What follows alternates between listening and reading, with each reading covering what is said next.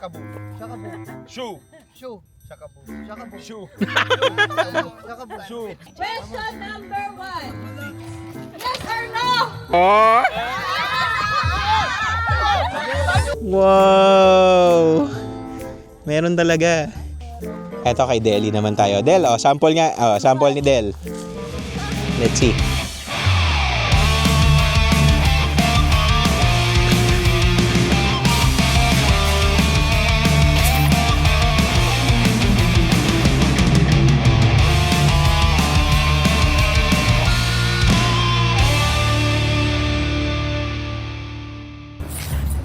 Dito na tayo sa site. Saan ay kasama mo? What's up, bro? Oh, ito, early bird. Morning. What's up, guys? Hi, how are you? Nice to see you again. Nice to see you again. Nice. Musta? Rupa. Delhi. Ito yung bus natin. Para magta-travel na ibang bansa eh. May itlog pa. Hello, morning. Pasok na. Sandy. Wala si Hopi. Nilagnat kagabi. Taas. Basta. Grabe, parang sa ibang bansa talaga tayo pupunta. Aalis ka na dito sa UAE. Ito yung magandang meeting place kasi may co-op. Ayan, yung mga last buy pwede mong bilhin. Konti lang tayo dito ngayon, siguro mga 30.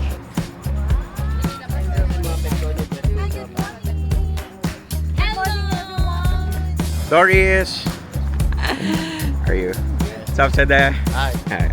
Morning, bro. Hi, Reka. Morning. Where's Bian? Bian with the pendant. Ah, okay. Wow, bench! Woohoo! Bian, you're so tall. You became tall now. Grabe naman si Claire. Tignan nyo, may dala pang telescope, oh. Wow! Bro! Dami niyan, ah. Ilan yan? Ilan yung kinover nyo na tao? 4, 8? Pang 8 space ng tao kinuha. Puraw.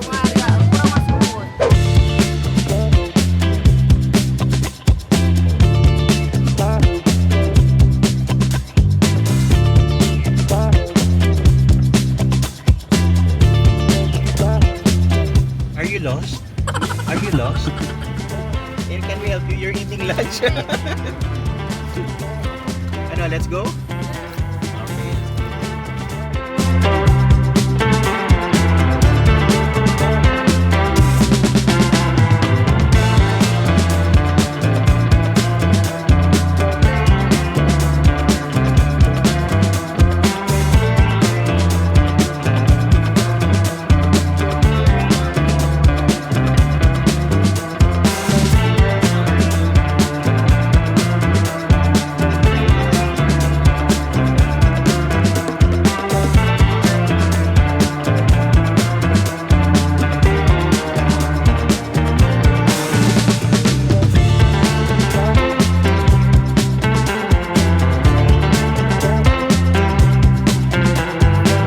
Dumating na kami, sila Claire nakaakyat na rin, tsaka sila bro. Pahinga muna kami habang hihintay yung bus. Para alam ko. Hello! Ano sinasabi mo, Abi? Ayaw mo i-share lahat?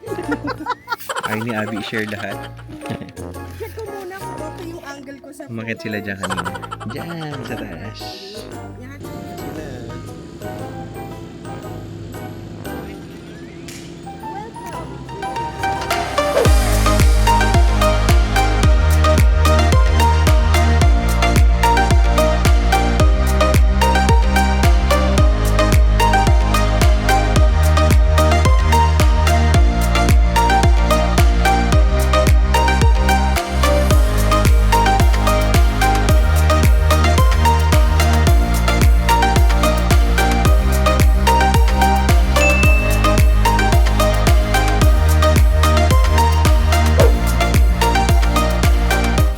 po rent dyan sa accommodation?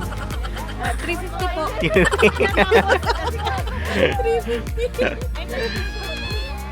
So yung mga kids natin, namumroblema sila, nandun sila sa pinakataas, hindi nila alam sa paano pababa. Hindi tayo sa lahat tayo dito sa shore. So low tide ngayon, pag low tide siya, ganyan. Sobrang long stretch. Talaga sa dulo. Ito yung view. Mamaya pag-usapan natin yung about sa family. Spiritual family. I think kailangan natin yun para mag-suit tayo sa team ng church, which is ang team kasi ng church is family. So we'll talk about spiritual family mamaya pag-uusapan natin yan. Okay? May competition dito, may volleyball. Ho! Ho! Ayan na, start na ng ano. Ito ay barbecue heart and gizzard chicken. Yes. Si Kuya Eric naman nagluluto ng ano to, bro? Beef soup. Beef balbako ba to? Balbako. Okay. Alright. Yan si Kuya Eric. Specialty ni Kuya Eric yan. Pag nagka-camping kami talagang ano yan. Most requested. Alam mo yung masarap sa camping? You're in touch with nature. Yun. Yung tipong people are connected to the nature. Wow. Nag-nosebleed tayo.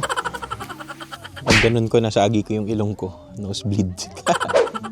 Si Debs, ayun, naghahalaan pa rin. Sa mga green, iangat mo, merong nakakagat. Meron daw, merong halaan pala dito. O, diba? So, meron talaga. Yan ang halaan sa shipwreck. Sample. O, sample, ganyan. Wow! So, ganyan siya. Nakasabit siya sa ganyan. Wow! Yan, then, Ang gagawin, hilahin lang. yan na. Yeah. Yun. Alright. So, hindi ka magugutom pag nasa shipwreck ka. Aangat mo lang yung dahon. See, like this. O, di ba? O, sample. Galing! Galing! Oh, binigyan kita ng tip, ha? Ang galing! Wow! Meron talaga. Eto kay Deli naman tayo. Del, sample nga. Sample ni Del. Let's see. Ay, wala. Wala. Isa pa. Meron talaga. Ayan o. Nakaganyan sila, Oh, di ba? Meron talaga, guys. Yan. That's the technique.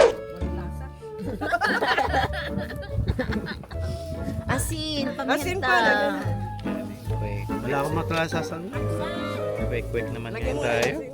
Maiba naman, quick. Ready? Music. Group yourself into... Go! Okay. Five!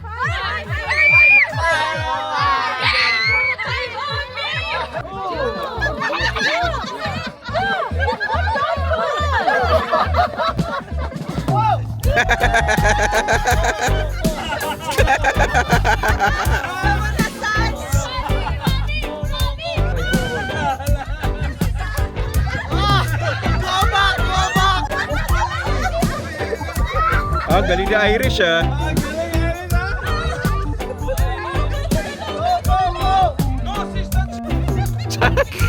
Dinaya si ano?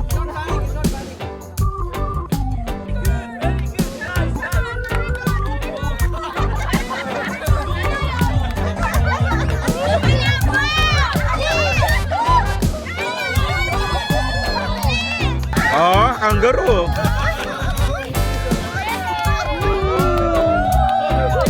Mereka. Oh.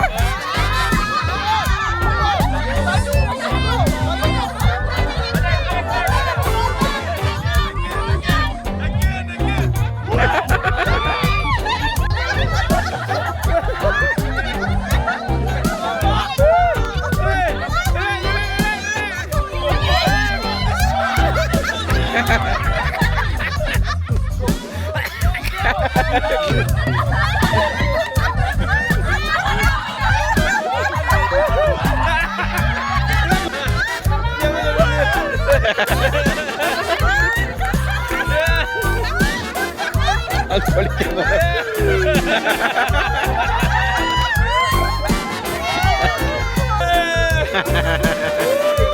Question number 1. UAE are comprised of 7 emirates. Yes or no? Alay. No, tanggal ka na kagad. Or walay, the answer is... Yeah.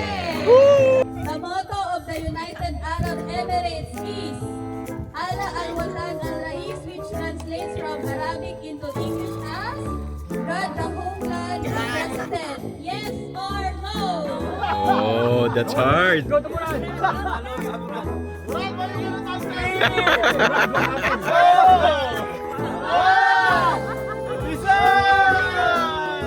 Okay. Yes!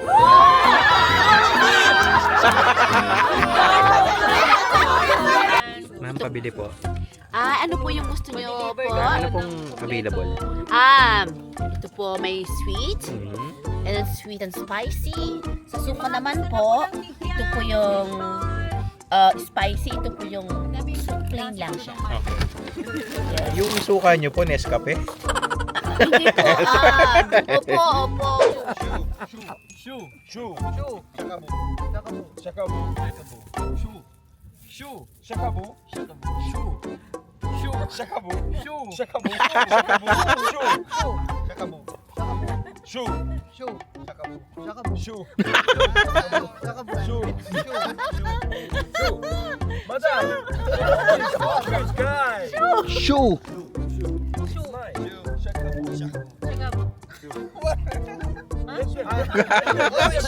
Naglo-load si Irish eh.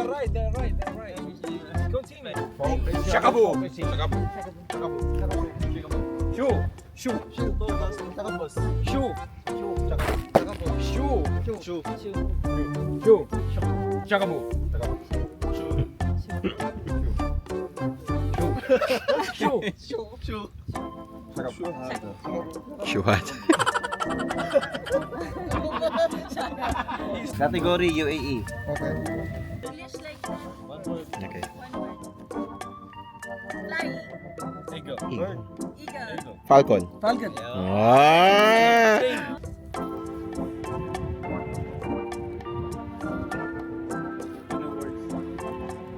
Burj Khalifa. Okay. Bakala. Bakal. Morning. Morning, bro. Early birds. Morning, bro. Yeah. So early.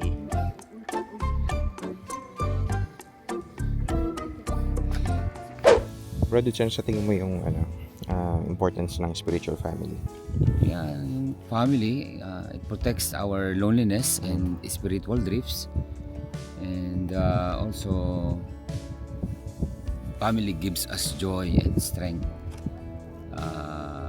sa buhay natin. It encourage na maging malakas tayo and masaya pagka magkakasama talaga ang pamilya. Natutuwa ako, lumayo tayo sa ating trabaho. Medyo tumahimik yung buhay natin and nagkasama-sama tayo para bang wow. It's a breakthrough. You have to be an example to be a Christ-like. Kasi dun mo matututunan yung pagiging humble, pagiging patient, and pagiging forgiving to one another, and to love one another. Well, we get to worship the same Lord, we get to believe in the same Lord, and shared faith makes us stronger. Yeah? I'm making marshmallows at the fire camp. Jesus is the savior of the earth because he helped us, and he's very good and makes he's very nice. Because he helped many people, he helped the blind and many other people because he is God's son. Amen. Paul, do you like going to church and why? Yeah, I see my friends there and I worship Jesus. Awesome. Maria, do you like going to church? Yeah. Who do you think is Jesus? Jesus is my savior, and he's also is like a comfort figure, so that when you have no one to turn to, you can like pray to him and tell him your worries. That's who Jesus is for me. A spiritual family is faithful, loving, and obedient to God all the time. For me, it's for my family.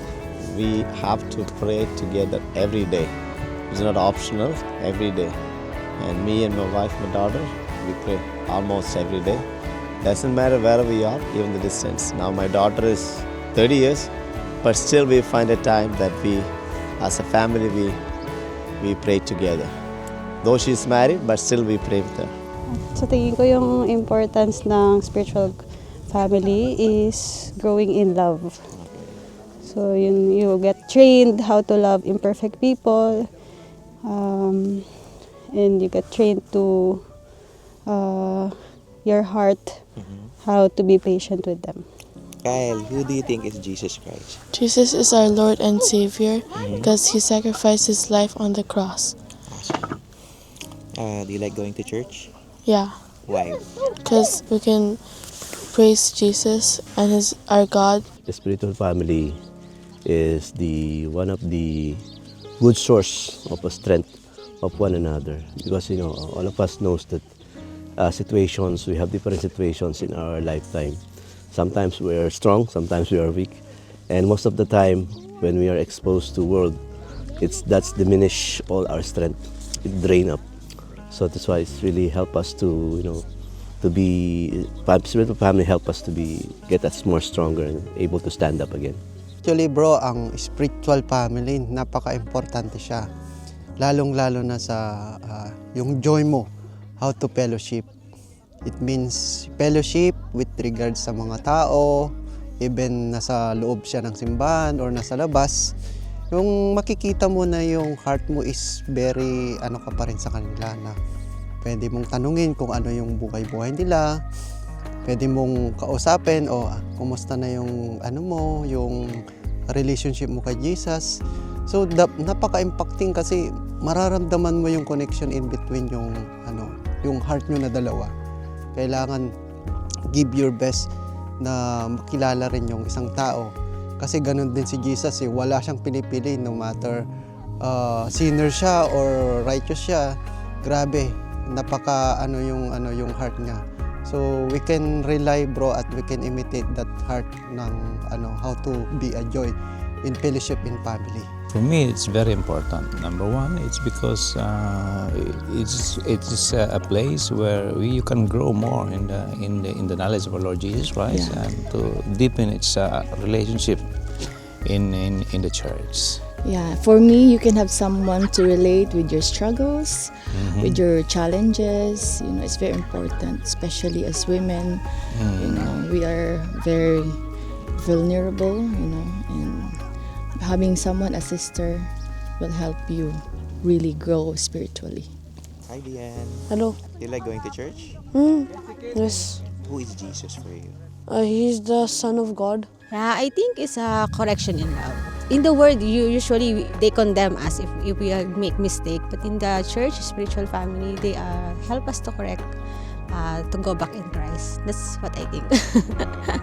Welcome. Thank you. Hi, Kyle. Hi. Who do you think Jesus is for you? Jesus for me, he is my Lord and my Savior because he makes my life better without me even knowing it. Do you like going to church? Yes, I love going to church. I love fellowshipping with other people, and I love just going with my family. Do you think what is the importance of going to church? So we can learn more about the Word of God. Spiritual family is very important because all of us are born physically into this world, which is inevitable. But spiritual family is something which is a blessing from God. So we have this spiritual family relationship through the blood of Jesus. We get brothers and sisters who are unknown to us many years, and after we come to know the Lord and accept Him, we get new brothers and sisters who are there to help us spiritually, and we can help them spiritually. So they help us to keep strong in the Lord. That's what I feel. The spiritual family is so very important. Wow. High tide is coming. High tide is coming. I think the waters are rising. It's really cold now. Cold. Yeah, but it's exciting. What's the time, bro? It's 8 o'clock, right? It's going to be. Yeah. So 10, it's time 10 minutes to for go. 10 minutes to go for 8. We'll have communion. Amen to that. Hallelujah. The importance of having spiritual family is we depend on each other. I just want to give an example of a fire. There are many logs in a fire, but if one log is out of the fire, it cannot burn by itself. But when there are many logs, they give heat to each other. So that's how we encourage each other with our talents, lift each other up. Yeah. They rebuke you in a very nice and loving way. Pag meron kang short things, though we know we all fall short, but that's the good thing. When a spiritual family rebuke you, you will feel not condemned, because we are not really condemned anyway. We are already forgiven, but you feel the concern, the love. You see the Jesus-like in them. They encourage you to be more better, to try to walk Jesus' life, to walk Jesus in our heart. And for this entire activity, we are so grateful, Father. And we thank you for all the blessings that you've showered to us. And we pray for the food which we are about to receive. May this food give us nourishment. Thank you, Lord. We love you. Pray all these things in Jesus' name. Amen.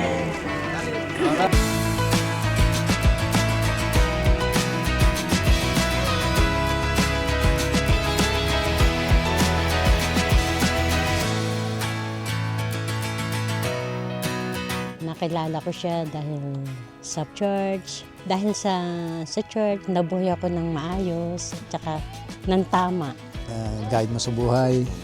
And then siyempre yung wisdom natin, tsaka yung knowledge, doon lahat ng gagawin. So yun yung importante ng church. And then yung especially tayo mga nandito sa abroad, yun yung ating yung home, yung bahay natin, church. Thank you. Welcome. Kain tayo. For me, it's important for the church. It's growing our life and to be faithful in the Christ and to walking out the Christ steps and learning from the family how the God gave the beautiful family to love us and to show that Christ's love to within us and plus family and for the nation also. To show that God, it's so wonderful that He blessed me with a beautiful family. That's why I'm so blessed to have this family. It's really important kasi sa buhay na ito, as they said, no man is an island. So you really need to have someone or spiritual community, spiritual family for you to survive. It will be a tough journey and you can't really survive alone. So in my case or based on my experience, this kind of family really helps me to go through and fight for my journey for God. Thank you, bro. Kain na. Being together is very important in church, and it builds a lot of trust with each other. So when we have trust, we will be like gathering every time, and we will spend more time with the person who you trust in church. I believe that Jesus is our Savior. Do you like going to church? Yes, of course. I always love going to church because, I always believe in God that God will give us everything, God will bless us everything. Para sa akin, yung pagkakaroon ng mapapagsiservan na community, I could say na community. Kasi dito sa Abu Dhabi, it's very hard to find a community for yourself. So I was really lucky to have the church, ICOC, because I was able to attend and meet them every Saturday and the midweek as well. So nakatulong to talaga sa akin, especially sa buhay ko spiritually. Nakilala ko talaga si God. I am a young Christian, and if there is any event or activity, I try myself to attend and be present and to be with everyone. Wow, I love having spiritual family. You know why? It builds my spirituality. It made me closer to God. I feel home, I find home. I see God in them. Amen. Bro, sa tingin ko, ito yung napaka-importante. Una sa lahat, bro, bilin to na ating Panginoon. Ramdam natin yung kahalagan to dahil alam mo yun, encourage tayo. Spiritual family natin, bigay sila ni God ni Jesus Christ na maglip up sa atin, na tumulong sa atin sa pag-grow. Sila yung mga nagre-review sa atin, nag-discipline sa atin. So, para sa akin, bro, yung mga spiritual family are those God gave to us for us to hold on each other and lift up each other para makarating sa Kanya balang araw. You learn so many things in the spiritual family. You share what you're going through. You pray for each other and God answers the prayers. Past few years I was going through a lot, and the spiritual family is the one who helped me to stay strong. And emotionally and also physically, my health was not in a good conditions, but still the spiritual family kept me going on. So it helps a lot, and it's really a joy to be with the family, and we share so many things, good and bad attitudes, everything we share. Thank you, love you all. 2009, when I came to UAE, grabe, sobrang hindi ko alam kung ano mangyari sa life ko. Actually, yung situation ko, I cannot understand what's happening to my life. Kasi parang no direction, walang direction yung life. 2010 changes my life. I was reached out, thank you, sa colleague ko na nag-reach out sa akin.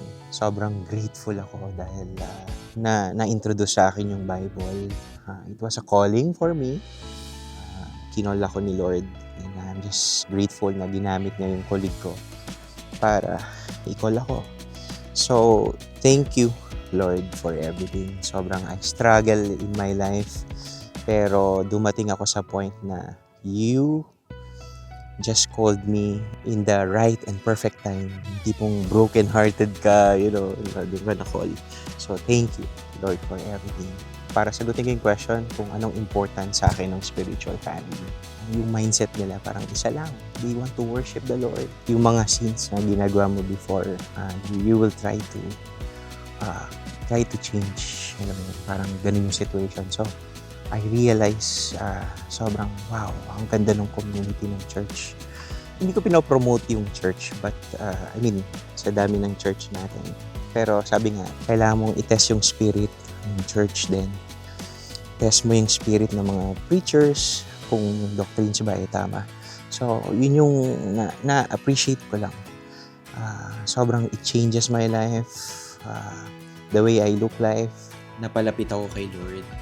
And aside doon, having a spiritual family means we are never alone in our faith.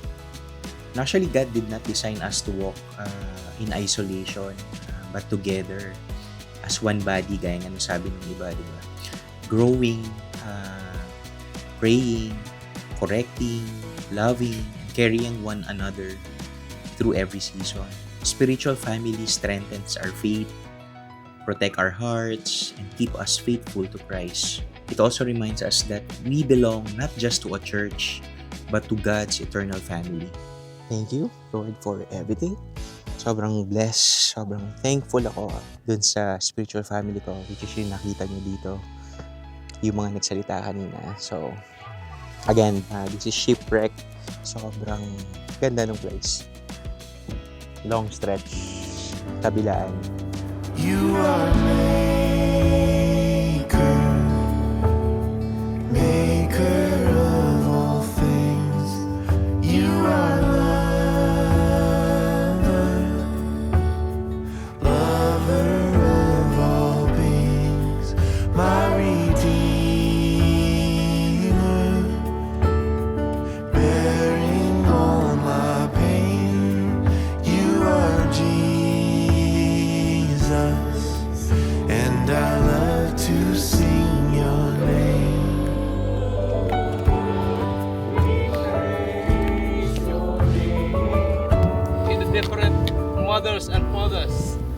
but Jesus Christ redefines family. We can be brothers and sisters in Christ. Okay, 9:22, breaking the camp. Okay na tayo. Mag-picture muna. Group picture with the church, ICOC family. And then, break na natin yung mga tent. It's a nice day. Communion sa umaga. Wow, thank you Lord for everything. Thank you for giving us a lovely weather. I appreciate this camping. It connects me to nature, really. I hope that we can repeat this again by next year, maybe in other place, but I appreciate this a lot. Thank you so much. See you on the next camp. Abu Dhabi ICOC Camping 2026 Awesome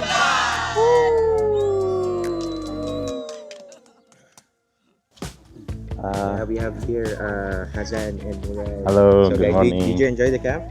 Yeah. What is the highlights of the camp that you enjoyed? I love the vibe, the gathering, the food also. Yeah. A lot of food. The Filipino and it food. was so nice. I like it. The soup, a lot of things, a lot of activities of mine. Everyone's contributing. You Feel like love. feel like as one family also. Yeah, really. Lesson. Yeah. Everything is awesome. And we The thank vibe you is for good. the invitation, and we hope to see you soon. And thank you.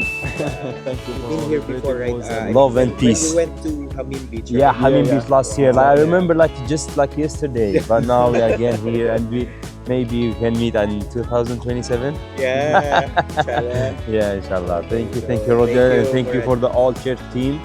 And see you soon. next time. Bye bye. Excited for Hey, next.